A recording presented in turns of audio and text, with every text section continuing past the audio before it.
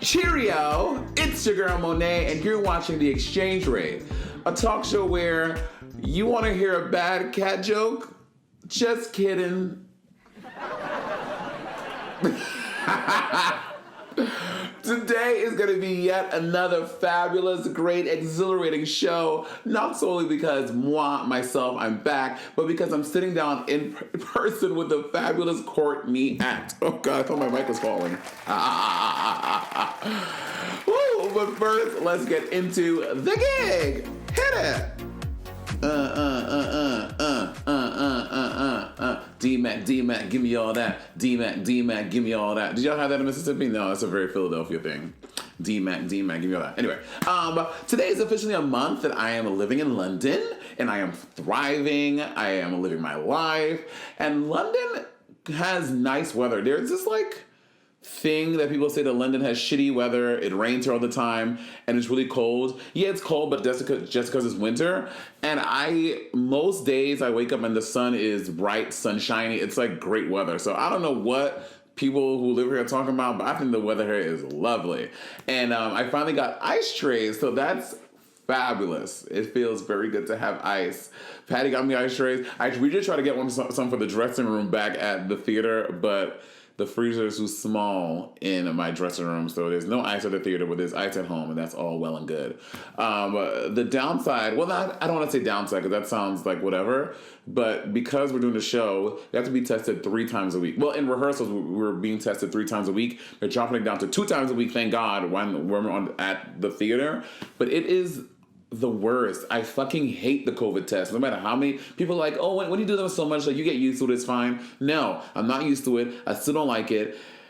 But I did dodge a bullet. So apparently the very first test that the cast had to do, it was this lady, and she came in with reckless abandon. They said she literally, she was tickling eyeballs. She went so deep, and everyone was scarred from how bad she was. Patty's always telling me there's lipstick on my teeth. You know what? I'm a human. You get lipstick on your teeth, I get lipstick on my teeth, it's fine. I mean, I appreciate you telling me because I don't want to look crazy for a long time. But you still got it on your teeth. Still? Yeah. You know, I tried the new Fenty hot chocolate, I think it's called. It's the really dark chocolate. You do the finger thing? That doesn't work. Okay.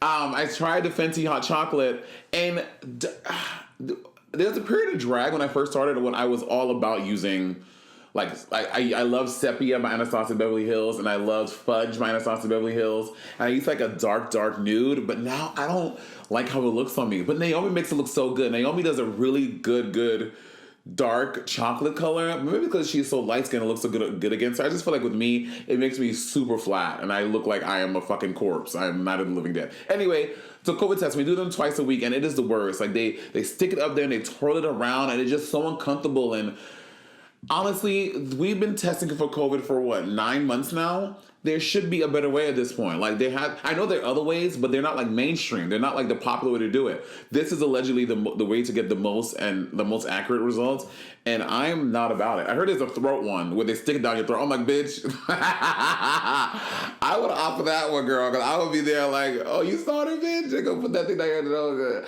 So that's the one I want to do, but that's not what's available to us here in the UK. And they also started getting the vaccine, but I don't think we're eligible because we're not citizens here, and I don't think that's how that works. So the UK allegedly is only getting 200 million vaccines, and the vaccine is a 2-step thing. So you do it once, and you have to do it another round of it. So we probably not eligible. I don't know how many people live here. There's not 100 million people living here. Yeah, I think it's gonna be fine. I don't know. Just show up. Cheerio. Right, cheerio. Yeah, hello, love. I'm here. I'm here to get my COVID vaccine. Do you know what I mean? This is a new thing. Vinegar says it all the time. Do you know what I mean? Do you know what I mean? Do you know what I mean? Do you know what I mean? Do you know what I mean, babes? Anyway, and yeah, let's get into the stories for today. Miley Cyrus. I have to say, I grew up watching Hannah Montana. I loved Miley Cyrus as Hannah Montana. I guess I was obsessed with a lot of white women when I was a kid. I used to love Christina Aguilera. I loved Britney Spears. I loved Miley Cyrus. Although Miley Cyrus was when I was in late, middle, early high school, I want to say. That's when her Disney show was like really popular. But anyway, I love Miley Cyrus, and I still continue to stan. She had that little weird phase, but I stuck with Miley through the weird phase, and now she's back and she's doing some true boss ass shit. First of all, that clip of her on the Joe Rogan show when she talked about Drag Race and she like was reading Joe for filth when he was trying to come for the queens. And there's a misconception. So the clip shows a picture of me. And then the camera cuts to Miley. She's like, I love Monét X Change. And she says something else and then the clip of on the images changes, and then she says, I don't really like her that much, but it's not about me. Miley Cyrus fucking loves me, so don't try to play like Miley ain't fucking with Monet, because she is. Anyway, Miley Cyrus is making news by coming for E! News. So E! News shared this photo of Miley. It's a really cute picture of Miley in this like very pretty purple mesh stone fantasy. And their caption was, if Miley Cyrus comments on this, we'll change our Instagram bio to whatever she wants. So Miley was like, really? Gotcha. So then Miley commented on the picture. She said, we're sorry for all the shit we said about Miley Cyrus. To which they responded, you came in like a wrecking ball and we respect it. Yeah, this story is cute, whatever, and I think Miley has really big balls. Because also, E! News is one of those publications. If you're not a Kardashian, they will fucking dog walk you, okay? If you're not a Kardashian, or if you're not Kristen Cavallari. Apparently, her show was big on their channel. They fucking love Kristen Cavallari. I don't know Kristen, but I don't think she all that. Anyway, they dog walk celebrities all the time, which a lot of these blogs do, like TMZ, E! News. Oh my God, we don't. I don't really shade celebrities like that. Who did I shade on the show? I mean, I know you've been shady about celebrities on the show. There's something I'm thinking of specifically, but I can't remember who it was. Ironically. Give me a minute. I'm not shady to celebrities. But you know, E! News was really shady to her. In a Howard Stern interview, Miley said she opened up about like breaking sobriety from alcohol during the pandemic, having cyber sex with Liam Hemsworth, and she opened up about knowing she was sexually attracted to girls way before boys. So Miley's always been a pretty open book, and E! has taken that, and they've not used it with the best intentions. She also said that her first crush was Minnie Mouse. My first crush, which Minnie Mouse isn't even fierce. Like, she got the little kitten heels on. Like, Minnie Mouse is not like a crush I would think I would have. I didn't have anything frumpy as a crush when I was a kid. I used to love, so Mortal Kombat had a cartoon on the USA Network. You had to have the USA Network as a kid. It was the United States of America Network. But in St. Lucia, I used to watch in St. Lucia, so it was such a niche thing. I was like, ooh, the USA Network, this is fair. Anyway, and I was obsessed with the character who played Liu Kang. Because the way, it was a little cartoon character, but he was so fucking hot. Anyway, that was my childhood crush. And Miley went on to say this. But the soundbite doesn't stop there, because you can write something beautiful and E! News will ruin our lives and say, this is a political record, because then I'm the Dixie Chicks and I'm getting my album smashed in the streets, and that's not what I want. I want to talk to people in a compassionate, understanding way, which people are not doing. So Miley, yes, yay, woo-hoo-hoo-hoo that, but also her new music is so good. Have y'all listened to her new music? Midnight Sky. It's this really like 80s grunge, Cyndi Lauper-ish phase that she's going through, like very the B-52s? No, the Go-Go's. Isn't it? Okay. The Go-Go. No, who was the one that was on Drag Race Bob season? And they judged. Oh my God. The B-52s. Was it the B-52s? I think so, because they wrote Love Shack. Yeah. So it's very that, and honestly, the music is so good. Miley's voice has always been right. And Miley, you better work. My dream is to do a collab with Miley. That would be such a cute record. Cardi B. I love Belle Khali's Cardi B. Cardi B she's the moment right now. And I remember when Cardi B first came out, I was like, she has this one hit, Bodak Yellow. She'll go away soon. But Cardi's proven that. I feel like every mainstream, like current hip hop lady is like, I'm the top selling female rapper in the game. But I think Cardi like actually is. Like, she's broken a lot of records. dare I say more than Nicki Minaj? Which, have you seen Nicki Minaj shading Kamala Harris on Twitter? Like, Nicki, really? Anyway, Cardi B is, and she's super political, and she does like really good stuff for the world and peeps, but she's getting backlash over some tone-deaf tweets, and people are saying that they're problematic. She tweeted to all of her followers asking whether or not she should drop $88,000 on a purse during a pandemic. Now, people are saying this is problematic. I can't believe you. And y'all might not like me for this take, but it is not problematic. Is it tone deaf? Should she not have tweeted this to her fans who are probably all living paycheck to paycheck and suffering during the pandemic? Sure. But is it problematic? No. Cardi B is, again, one of the top selling hip hop artists in the world currently. And if you have to think, if Cardi B is making all this money, all of us who follow her on Twitter, who are buying her records, who are buying her Reebok line that just came out, who are buying her all of her Fashion Nova sponsored outfits, like, we're contributing to her wealth. So she's just like talking to her people who got her to where she is, if she should buy this thing.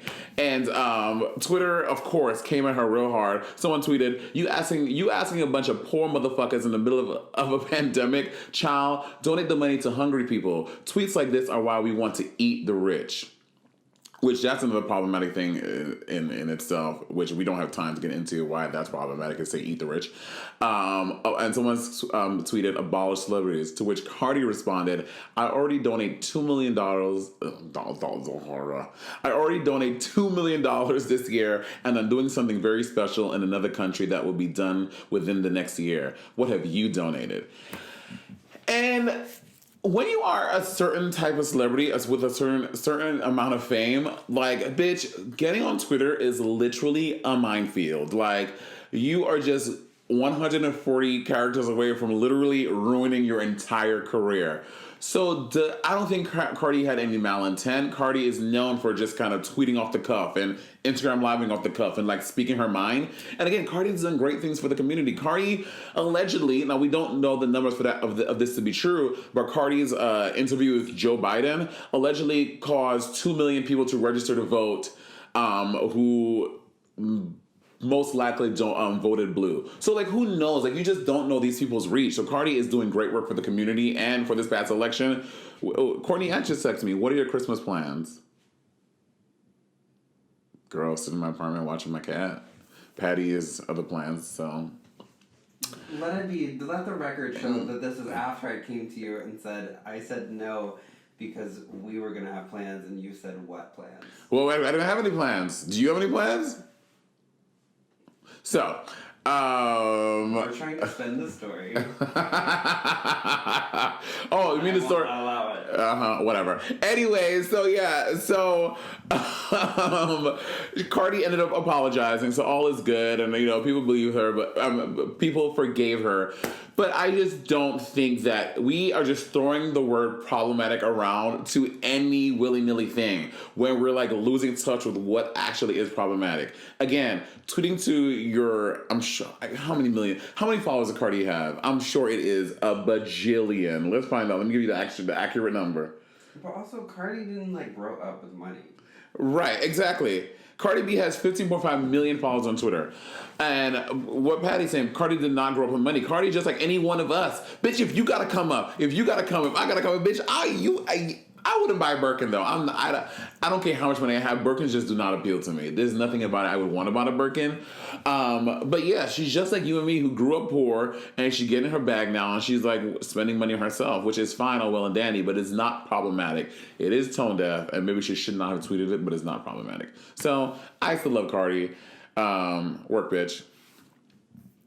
The last story that I want to talk about is AOC. Can I just tell y'all, I have been in a deep love affair with AOC in the past 4 years since we've all been activated to be more political. I definitely really, I follow her on Twitter and I just love her mind. I love how she thinks about government and what she is doing for us brown and black folk and who are forced to live in America under the regime that was Trump. So I really stand AOC, and she is a celebrity, and she's young. AOC is, I think she's like 33, 34. She's gonna be 35 within the next election cycle. So I think she's pretty young. No, I know she's young, and she is utilizing platforms that politicians have never activated before. Miss AOC is twitching, and the kids are living. Now, I am not a Twitcher. Do you Twitch? I don't Twitch. I don't even know how. I tried to figure it out. It's a lot. It's like OBS and connecting the cards and the hard disk, and it's just too much for me to figure out. I need somebody else to do it for me. I can. Yeah. But she's switching to... Never mind. She's switching to raise a lot of... Well, not to raise. She did raise a lot of money. So she Twitched herself... She did a Twitch stream of her playing that game that everyone is talking about, and I don't get it, Among Us. To be fair, I've not looked into Among Us, but literally every time I go on my Twitter or on my DMs, I'm like, please play Among Us, play Among Us, play Among Us. It has to be an easy game if... No shade to AOC. I mean, she might be a gamer. You look at me judging her. I don't know what AOC's life is. She may be a gamer. But yeah, it's this game that she twitched. Is that how you use the verb? Is Among Us a video game? I think. Or isn't it like a...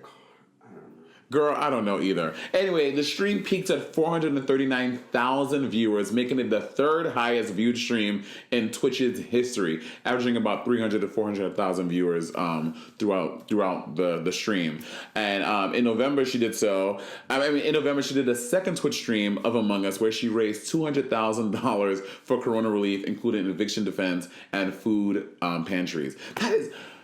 $200,000 by just playing a video game? I guess I also don't understand how it works. So, in watching the stream, are you generating money, or are people sending money as they want? I don't know how it works, but whatever it is, it's working. And it's been a big trend in the Democratic Party to do this, to appeal to younger voters and like the younger generation, people who will be voting soon. Because earlier this year, the Biden campaign... they debuted their own Animal Crossing island. So it's like they're tapping into younger markets, which is really, really smart, which I think is not something that the Republicans do successfully or do often, outreach to younger voters, which makes the most motherfucking sense. And she's calling on all of her colleagues to make use of this platform, since it's something that is obviously proven effective. She's signing up Cori Bush for an account on Twitch, and her fellow squad member, the squad, the four, Ilian Omar, also has an account and joined AOC during the Among Us stream. So I say that to say that things like TikTok and Instagram and Twitch, can they be disgusting places because trolls, etc., sure, but they can also be used for good. Again, we covered this story a long time ago about those TikTokers, the K-pop TikTokers who like tanked the Trump march by all like. There was literally a TikTok video that made them all go to the website to go register, like they were going to go to the thing. So like it was full, so they ended up missing out on like 6 million seats, I think it was. So these platforms can be leveraged for good and not always evil, which is a nice thing to think about, right, Patty? Yeah. Those are the stories. Okay, y'all, I am more excited than normal to bring you guys this interview for a few reasons. Number one, I am now a Courtney Act stan, 100%. Two, it was a really great interview. Like, we had a great chat. And three, it's my first in-person interview since February. We recorded on location at the theater in my dressing room, so enjoy it. Courtney Act. I cannot believe that I'm finally working with and meeting the legendary Courtney Act. I'm so excited to be on the exchange rate. Right? Well, my dream and my hope and my goal was, with all of my guests, was to be in studio, but I'm happy that this is happening so we can do it like this, so this is close to being in studio. I've been on, can I talk about the Build? Oh my God, please, yes. I've been on the Build series in the UK. Oh. And so when I saw you in New York doing it, now I'm just visualizing like what it was like to be like in the big posh studio and with the big glass window with Stacey outside banging on it. Stacey, she comments on every video. Stacey, she'll be here. Okay, so Stacey is a super fan of both myself and Courtney. She sent us both lovely flowers. She sent us these flowers. Courtney got balloons and everything. I just got flowers, but sure. No, but I love Stacey. From someone else. Okay. Yeah, okay. Stacey sent me flowers too. I always think, like, it's one thing to have someone who's a super fan of you, but you sort of are like, you judge them by who else they like as well. 100%. And she likes us. But... What? And it's a big but. What? That's going to come out so shady. Oh, I love it I've already. started. It's too late. I can't No, stop. say it. She also loves Fifi. We love you, Fifi. I love Fifi. Oh, sorry, Jeremy. Just Jeremy. Just Jeremy. Just Jeremy. Are you a Will and Grace fan? Yeah, of course. Is Will and Grace, I say this all the time, I watch Will and Grace now, like today in 2020, and it is still so funny. The jokes all still land. good. That is great comedic writing. Yeah, it's brilliant. Yeah. It's funny because that sitcom era that was so of the genre, and then when they brought back Will and Grace, it was kind of so refreshing just have that like good old dependable. Yeah. Especially like in recent times when things are so up in the air, it's like, oh, something familiar. Well, you know, like the real tea is from this new season that happened, that Megan Mullally, like halfway through, kind of like, I think halfway through, I mean like the second, because I think they did 4 or 3 new seasons. Really? Yeah, girl. It was like, it was like. I've only watched one. Let's get on it. She had a feud with somebody on there, and she was like, "This is cute. I'm out. I'm done." But So what happened? Karen wasn't in the later season. I think like it was very. I don't know if I'm familiar with Martin, but it was very Martin. Whereas like Martin and Gina didn't like for the last season of Martin. It's Martin is a sitcom from the 90s. Like the Martin Short. No, Martin Short, literally the furthest away from Martin Lawrence, the short black comedian. Sorry. I'm Australian, to be Australia, fair. this is true. Australia. Well, so Courtney, so you are a city hopper. So you born and raised in Australia, in Sydney. Well, I was born in Brisbane. Oh. And then I got out of there as soon as was legally possible. God. Wait, Brisbane is nice. Brisbane's cute. It's a nice place to grow up, but it's sort of like, I guess it's like growing up in not New York or not LA. Got it. In Okay. America, Okay. Where you're like, okay, I'm 18, now it's time to Got move to it. the big smoke. Got it. And so I moved to Sydney when I was 18, and then I moved to Los Angeles when I was 28. 28. And then I moved to London kind of a couple of years ago. Word. Yeah. Yeah, you're a city hopper. Okay, out of those 3, which one has proven to be the best time, or that you love the most? Well, it depends. Like, it sounds like a pageant response, but each city has a place in my heart. I love Sydney. You know what? When the pandemic hit, and right at the beginning when all the travel stopped, and I was like, imagine if they don't find a vaccine, or imagine if like this thing is like for real, and we're not allowed to travel internationally anymore. Yeah. And if I had to pick one place to live forever, it was going to be Sydney. Antarctica. Oh, Sydney. Okay, Sydney. And it was really interesting for me because I have lived in so many cities, and people are always like, oh, when you come back to Australia? I'm like, oh, I'm not going back there like anytime soon. Yeah. But if I had to pick one place I had to live forever, it would be Sydney. I will say, Patty and I, we've been to Sydney, fortunately because of the level gift of RuPaul's Drag Race. We've been able to travel and stuff, and I've been to Australia a bunch of times, at least like four times now. Which by the way, my first trip to Australia ever. So I just finished taping season 10. We taped September to October. I got home October, and I had an email from Stephen Craddock. He's like, hey, I don't know much about you, but we want to book you to come to Australia next summer. We heard things are going to go really well for you next year, so we'd love to have you in Australia. So I had no management, no nothing, and I was just like, yes, said yes to everything. Bitch, my purchase to Australia was 20 hours in the back of the economy cabin, cramped up in the corner by the bathroom stalls, got like a toothpick and some raisins to eat for 20 hours. And so all that being said, it was still great, and I love ITD, but it was like my first trip to Australia, and I loved it. I fucking love Australia. The dick in Australia is the delicious. only flaw, well, it depends on, we were talking about this the other day. The dick. Courtney and I, we have a lot of dick conversations. We do, actually. We do.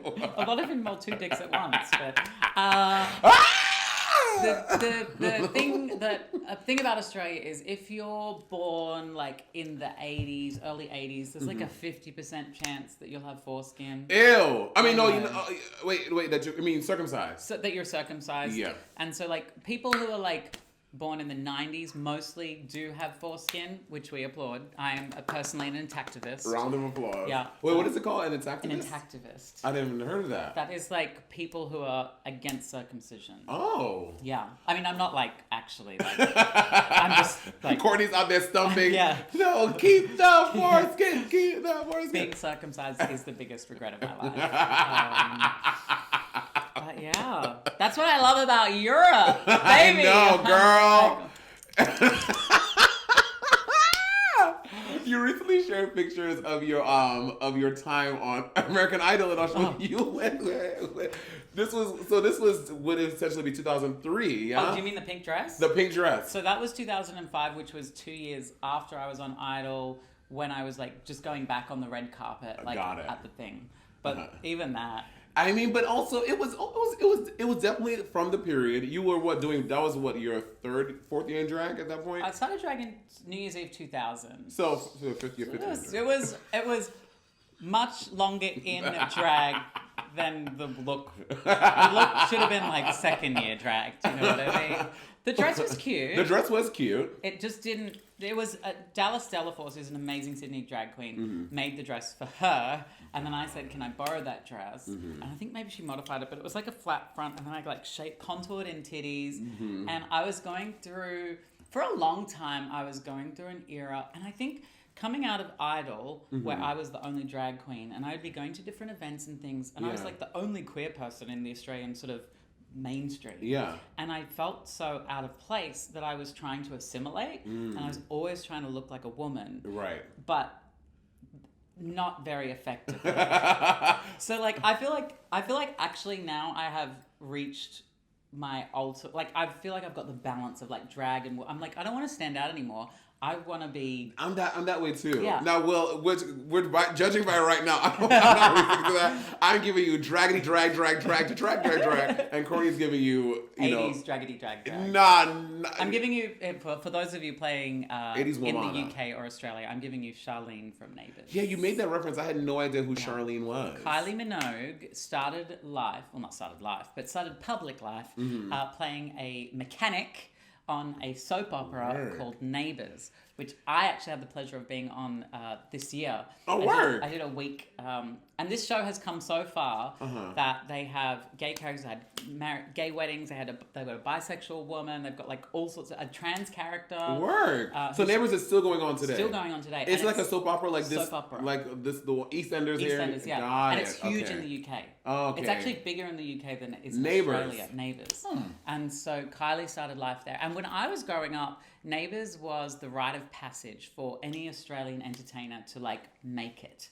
So you would go on Neighbours, you would become popular in the UK, then you could come to the UK during Panto season. Panto, which I just found out. I've heard of Panto before, just being in opera and stuff. I've heard of Panto, but Panto is a very, very, very big thing here in New York. I've maybe heard of one Panto thing ever. Yeah. Here it's like a whole Panto season. They're going on all the time. Yeah. And so you would come to the UK, you do Panto season. You would release pop music like Kylie Minogue or Jason Donovan, or there's so many Australian pop stars who began on Neighbours and then became famous through that. So it was always a dream of mine to like be on Neighbours, move to the UK and release music. But then I kind of ended up doing it in reverse, which is cool. And I was reading the internet. Courtney, you are on the internet, on the world, as the first openly gay TV reality competition person. Yeah, that's insane. That's insane. Yeah. The first like out queer person on an Idol franchise anywhere in the world. Really? Yeah. That seems so crazy to me because I mean you think too, and I guess now because the world seems so progressive, it seems like that. But back in 2005, 2003, that makes sense. Yeah. We didn't. It was Australian Idol season 1. We didn't even know what reality television really was back then. Right. And it was very different back then to how it became. It was actually a lot more like documentary in a way, where like you would turn up, you would sing your song, like you had a story, but it wasn't like now where it's like right. They're like get the tears. And so I want to explain why we're in these costumes. So Courtney and I are right now in the UK. We are in the same quarantine bubble. We are. We're in a bubble, which is why we're allowed to sit next to each other and spit in each other's mouths. So save your comments. And we're in the same bubble because we're here doing a show on the West End called Death Drop. Yeah. Okay, so now full tea, when they approached my agency about Death Drop, and I was like, well, who else is doing it? And literally, I'm not kidding you. I'm not just saying this because you're here. When I heard Courtney's doing it, I was like, oh, well, then I'm down to do it. I know that Courtney would not agree to something that was not going to be fierce. Well, that's why I messaged you, because I was like, girl, are you doing this thing? And you're like, yeah. And I'm like, okay, I'll say yes. Because, I mean, you have a history of doing top level stuff, of being like that bitch, so... I wanted to do it because my name was doing it as well. Honestly. And also because I have seen Holly Stars before, and I follow her on Instagram, and she's a funny bitch. I never knew her. Yeah. I've only met her now. I am obsessed with Holly Stars. She's wonderful. I'm obsessed with her. She's funny. Yeah. She wrote the show. She wrote the show. She wrote the show, and she has all the funniest lines in the show. all the funniest lines. And there's so much British humor that Yeah. I don't know. So literally today, something happened today, and I was like, oh, when Vinegar does the toast, she was like, to Prince and to Charles and Diana, the happiest couple. And then I was like, so were they not happy? Everyone was like, no, they were like known to not be a happy couple. I was like, at I that didn't know time that. they were happy, but then Camilla, do you not know about the whole Camilla Parker Bowles? No. Oh, okay, so Prince, Camilla Parker, is that a drag queen name? it could be. Camilla Parker Bowles. So You need to watch this season of The Crown. I know, Yeah, everyone's talking about that's the crown, true. the crown, That's the true. crown. So Diana and Charles were like the darling couple. Mm-hmm. And then cracks started to form, and then Camilla was sort of around, and then a few years later, obviously Diana tragically died. Right. And then Charles shacked up with Camilla, Camilla. and they're still together, I believe. Ooh! Uh-huh. And so I guess it's that nod where at that time I think they probably were the happiest couple in the UK. So tell us a little bit about the play, even though I know, obviously. But tell us a little about the play. Well, Courtney. Monet, the play that you're currently in, it's called Death Drop, and it's funny because the name Death Drop is like kind of like an American drag term, which this play is not. Right, at all. Apart from the time where you death drop, which only like got added to the show right at the very end. And I'm not a good, so they were like, Monet, so you're gonna death drop. I was like, that's not what have you ever seen, I don't do that. I can do splits and stuff, but death dropping, that's how Shangela famously fucking Broke her snapped her leg. leg off. Oof. Girl, Shangela did a death drop and she literally snapped, she was holding her leg in her hand. Was it escalator? No, It was somewhere in New York. I and they don't know didn't where. have, the only exit was through the audience. So Shangela does the death drop, snaps her leg, is laying on stage. It's Halloween. She's laying on stage with a broken leg, and the audience like, no! You better work it! She doesn't get up. The music keeps going, and she's screaming. There's no back exit. Oh my God. So she lays on the stage in my front of a God. club full of fans That is- until the paramedics come, That is put her on the fucking gurney, wheel wild. her out of the club through the crowd, and people are like, yeah, Chandler, can I get a photo? That's and she's got a broken fucking leg. crazy. And she said people were trying to take selfies with her corpse. What if I break my leg one of these nights? What are you gonna do? What if I do my death scene? And, oh my God, what happened to your I leg? broke my leg. When? Not on stage. I was at Gay Ski Week in Whistler in 2008, 9. I'd just broken up with my boyfriend in Australia. Flew to Gay Ski Week in Whistler because I had a gig. And I was in my hotel. I've been writing about this. I'm writing a memoir at the moment. Oh yes. And I've been writing about it. And I'm like, if this ever gets turned into a movie, this scene cannot happen as it was in real life because it's so stupid that you couldn't take it seriously. I was so heartbroken. I'm in my hotel room with Jennifer Holliday, and I'm telling you, I'm not going, like crying my eyes out, like, and I tell you. And then I'm like, go, pull yourself together. Get out. You've got your ski pass. It's Gay Ski Week. Go up to the mountain. It was the end of the day. I went all the way to the top, as far as you could go because the lifts were closing. Started skiing down, met some people on the first ski lift, and they were like, follow me. And I was You're like, a skier? no. Okay. This is how the broken leg Got unfolds. it. And then I followed them, but I was like, did they go left or right? And they went right, and left was a double black diamond run, which is like the thing that you Yes. and it was moguls, like those little bumps. It was like a 45-degree angle of moguls, and I was just like, and I couldn't work out how to stop. And so I was like, I'll just try and like veer off to the side. Oh my God. And then I tried to snowplow because that was the only way I knew how to stop. So snowplow is putting your skis together. But on moguls, you can't. You have to stop like this.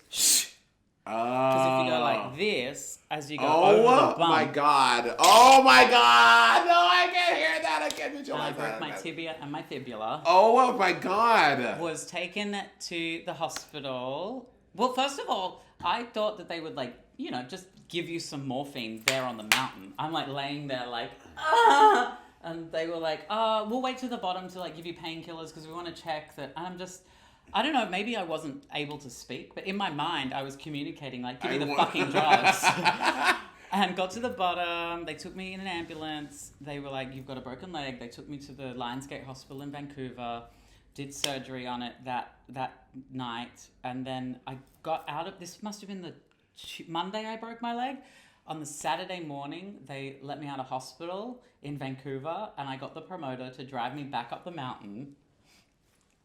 Was hooked up to morphine, so my God! Drove back up the mountain, got into drag.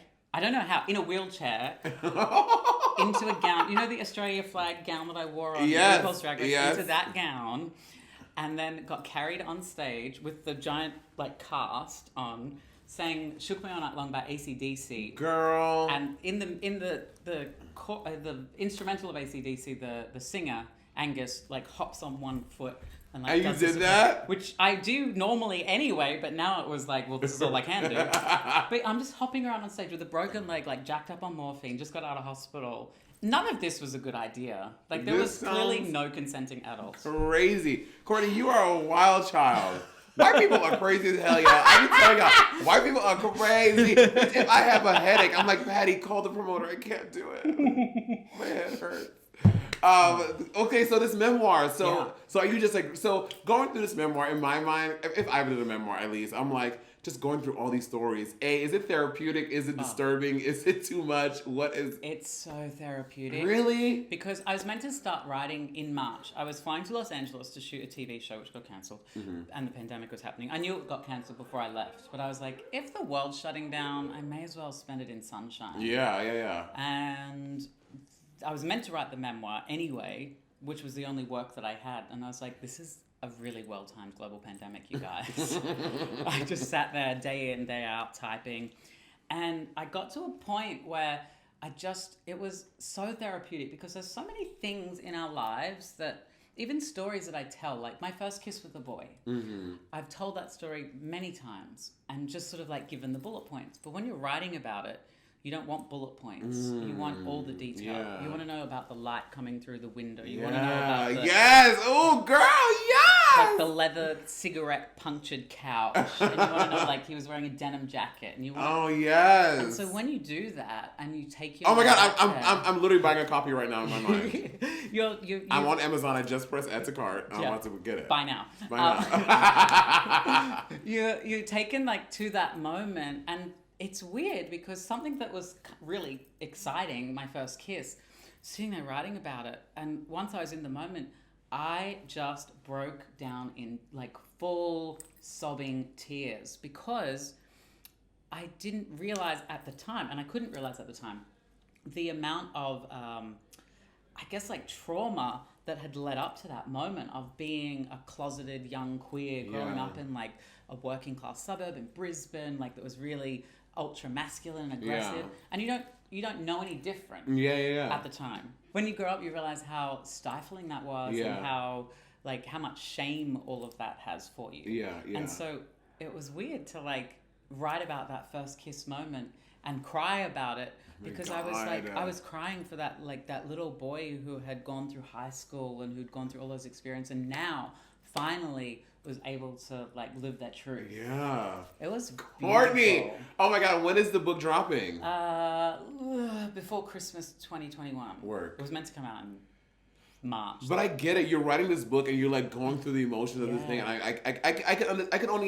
I can't even understand because I've never written a book. Neither have I until now. How that must feel to go through all those things all over again because you lived through it once and then retelling the story as you remember it. And a lot of it you don't there's things that I'm writing about that I'm like, I haven't thought this since it happened. And to actually go back as an adult, that's the thing. Now with 38 years of experience. And a lot of it, I kind of likened it to time travel, go with me, where you're back there with that 16-year-old kid in high school and you're writing about it with your adult mind, and I go back and I just give that little kid a hug and I'm I'm sorry this happened to you. I love you. I care about you. Things are gonna get better. And in some weird way, I feel like me now is time traveling back to that child and supporting them and that in some weird way filters forward to now. Yeah, That makes I any feel not in like that. a woo woo way, just like No, I feel that. Yeah. Yeah. Oh my God, Courtney, I'm not kidding. This sounds so good. I'm so excited for it. I really, and the thing that I loved is that the deadline was like came to a point, and then the publisher was like, you know what you've been doing is really good, and I don't want to like stop it now. I want you to go back and do that to all of it, and it's been really cool. Word. Yeah. Courtney, I fucking love Courtney Act. I fucking love working with you. Everything I've ever heard about you. Oh, I've only heard positive things. So I'm saying everything I've heard about you. But everything has always been great. And I am living from Courtney Act is literally the motherfucking dream. When I got here, I had to like quarantine and stuff. And Courtney would like text me like, hey girl, like what's up? Like the rehearsal was crazy. I hope, so I just appreciate you so much. I'm very grateful for your friendship. It was funny because when I messaged, I was like, oh, is Monet like, why is this bitch messaging me all the time? No. And there was one moment where I was like, oh, maybe she... And I was like, just lean into it. Be like, hey, girl, how are you? Yeah. I'm also really bad at asking for help. I will, like, do stuff on my own, and you know what I'm saying? So I appreciate that. I appreciate you. Ladies and gentlemen, if you are in the UK, come and see Death Drop, starring Courtney Act and Monét X Change on the West End through January 17th. DeathDropPlay.com. Yes. And it's a really fucking brilliant show. It's really funny. It's really fun. The cast is really good. The cast is such great actors. Yeah. I was telling you this before, and I don't mind saying it on camera. Louis, who plays the rich white man. Yeah. I'm like obsessed with Louis. Yeah. I want to be Louis' baby mama. I want to be Louis'. You could be Louis' baby father. Baby father. I was Louis' baby father. So anyway, the play is great. Courtney's great, and thank y'all for watching us right now. Thank you for having me. Of course, this is the dream. And also, I'd just like to say that I just probably a month ago worked out that Monét X Change is a nom de plume of money exchange. Are you and serious? I was like the exchange, because I was like Monét X Change. I was like, oh yeah, the exchange rate. Like there's a money theme there, and then I literally money exchange. I literally Monet say this all the exchange. time. I've known people for years, Courtney, and they're like, yeah, all right, okay, Monét X Change, and they're like, money exchange. I see what I'm like, girl, really? Well, I mean, no fair. Yours is kind of the same to Courtney Act. For Americans. For Americans, we don't get it. No. Yeah. But Brits do, which is nice. I love it when... Do Brits say it like y'all? Yeah. Because Americans say Courtney and they say Cart. God. You don't say Courtney Act. Yeah. Except in Boston. Yeah, in Boston. Yeah, in Boston, people love my Oh my God, Courtney. Bostoners love you and I love you. Wow. Swallowing. I know we're drinking our mid-show cocktails. Our tea. This was a fan gift as well. This was an opening night gift. Oh my God, that's so sweet. I don't get really nice. cute. Someone gave me this for opening night of the show. Yeah. Isn't that Must be cute? nice. Oh. I got these red Solo cups, girl. Y'all, wasn't that a cute interview? Wasn't that really cute? Right? I really like Courtney. And full disclosure, again, I never heard bad things about Courtney, but sometimes when I work with like seasoned drag race girls who've been doing it for a really long time, you know, people get jaded, people get angry, and you're like, this bitch is probably gonna be annoying, but Courtney is really great. She's honestly very sweet, and yeah, she's definitely one of the girls. Because also, full tea, you work with girls, and in the first week, you're like, we're gonna be friends at text, that hang out when they're in my city, or vice versa. You're like, bitch, I can't wait to be done with this gang. I never want to see this bitch again. If she texts me, she's lucky she gets a response. Courtney's definitely on the side of, I fucking love her. Let's hang out whenever we're in the same city together. So, that was today's episode. Thank you all for watching. We only have 2 more episodes in the year, and then that's a wrap on... 2020 is coming to a close, Lord. In these last 3 weeks, can a fucking asteroid please not hit us?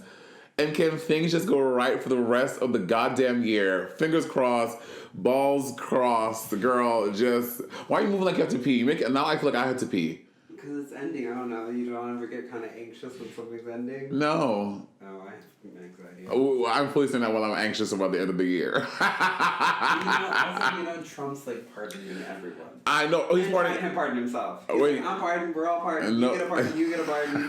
Fuck. Ooh. Oh, I hate him. Anyway, that's all for this week. I hope y'all enjoyed the show. And until next time, remember to always keep your currency in check. Oh my God, all this is the British flag.